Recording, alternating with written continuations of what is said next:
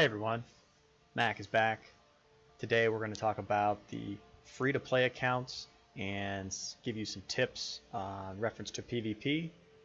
In this video, I'm going to kind of show you why free-to-play it's a pay-to-win game, but at the same time, as a free-to-play, you can still have a lot of fun in this game. It can take a little time to, kind of build your account the way you want to, but I'm here to help you kind of hone those in a little bit, and different things that you can do, to be able to have fun in the game regardless of what your account you're paying. So the first thing I want to talk about is perception. So for instance, if you're a free-to-play account and you have say 400 to maybe 500 million power, maybe right around in that range, if an account like me, who's I'm more on that medium spender side, or if it's a whale account, a more powerful account, if they look and they see an account like that of 400 to 500 million, and of course you're going to have anti-scout on, so that perception of those bigger players are like, all right, well, I might be able to solo that castle without having to go through the process of a rally. Plus, if you're that small, a lot of times you can just blank your castle, and then the rally doesn't really mean much anyway, because you can kind of get away from that and not lose any troops. Where if you're an account like mine, and even probably bigger, more stronger than mine, because I don't even have, as you can see, I don't have all my equipment gold. I still have a long way to go for certain things. I still enjoy the game the way I play it, and everybody else can enjoy it their way too.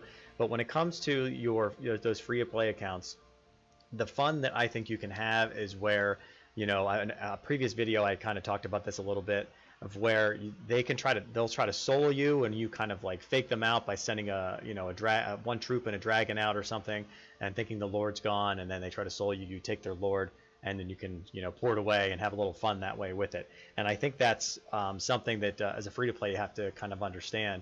I think there are a lot of players that are like that can do that actually pay in the game, but I think a lot that are free to play don't see it that way, and they think that, oh, I'm too weak, I won't be able to do that. But I'm here today to give you some tips on how to kind of manipulate your account a little bit to have it strong enough to be able to do that for as a free to play. And a few other things to consider when you're free to play is you have to know your limits. You have to know that you're not going to be tanking a rally. You're not going to be any rally whatsoever, tell you the truth, because you're gonna blank your castle. My recommendation is to be a zero castle or even a trap castle. Now you have to also know your alliance that you're in, the kingdom that you're in, the servers that you attack or that are being attacked to you. Check out their strong players, and then once you know what their strong players are, then as long as they're not like those near max or max accounts, which can probably solo just about anybody, probably even my account, you kind of have to be careful with those. But if you're in a kingdom that you don't have to worry about those, then you're not going to be a rally lead. You're not going to like I said, tank in those respects, or you're going to be defending, but you're going to defending because you think that solo march is not as powerful enough as you, and to be able to have enough troops in there to be able to take it and maybe cap their lord.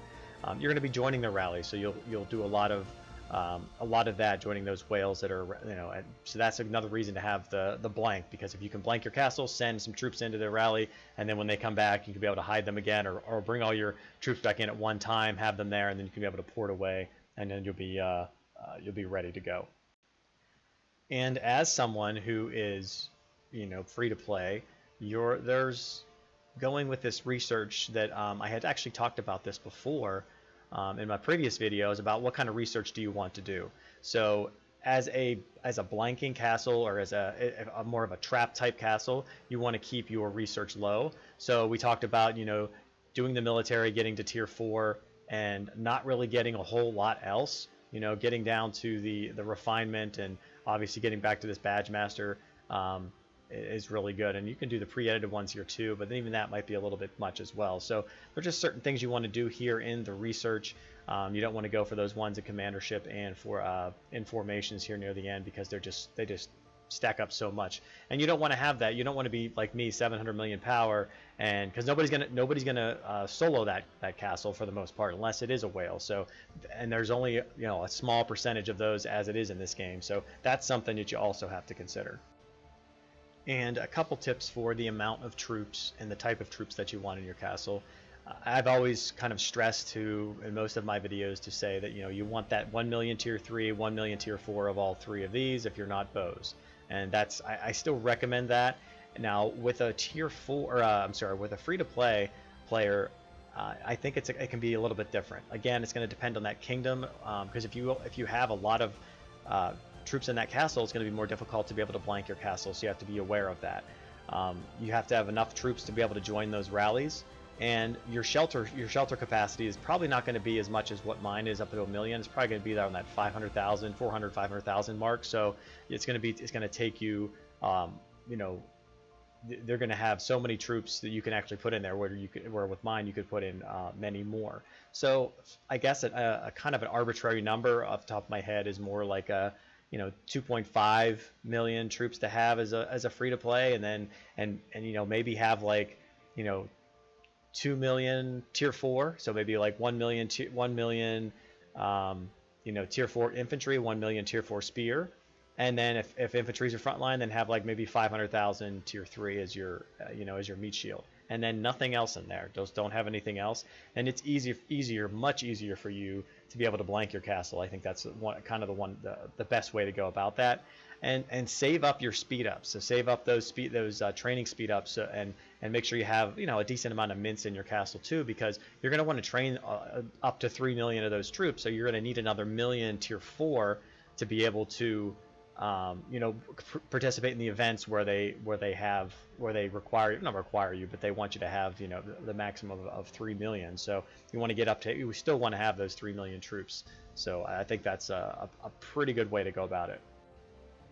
And another way to build your account for free to play, and this is if you're powerful enough to be able to take some of those solo hits that some of those bigger players get, then I would recommend actually going a little more tier 4 heavy.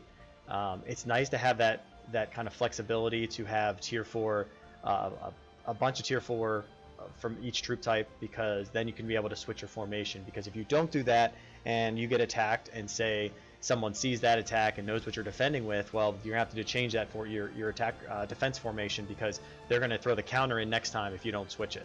So you got to be careful with that too. So if you're going just pure infantry spear, and I understand from the beginning of the game you kind of want to go with a 1 troop type to start as a free to play, and then work your way to that second troop type as well, so that 2 troop formation. Get that at least decently strong before you kind of move on to the third one, and this takes time, of course, as well. But at the same time, I think once you get the 2 troop formation, kind of at a certain point with your stats, I think you'll do a lot better. And I guess the number of troops that I kind of would suspect to do is the tier 4. I would probably go like maybe 1.5 million of the tier 4. Say, for example, infantry and 1.5.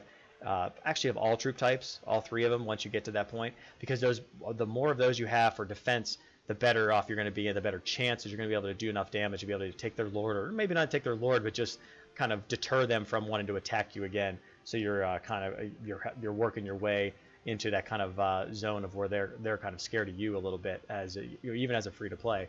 And you have these, and you also want maybe, like, instead of getting like 1 million of the tier 3s, maybe just get 500,000 of each one.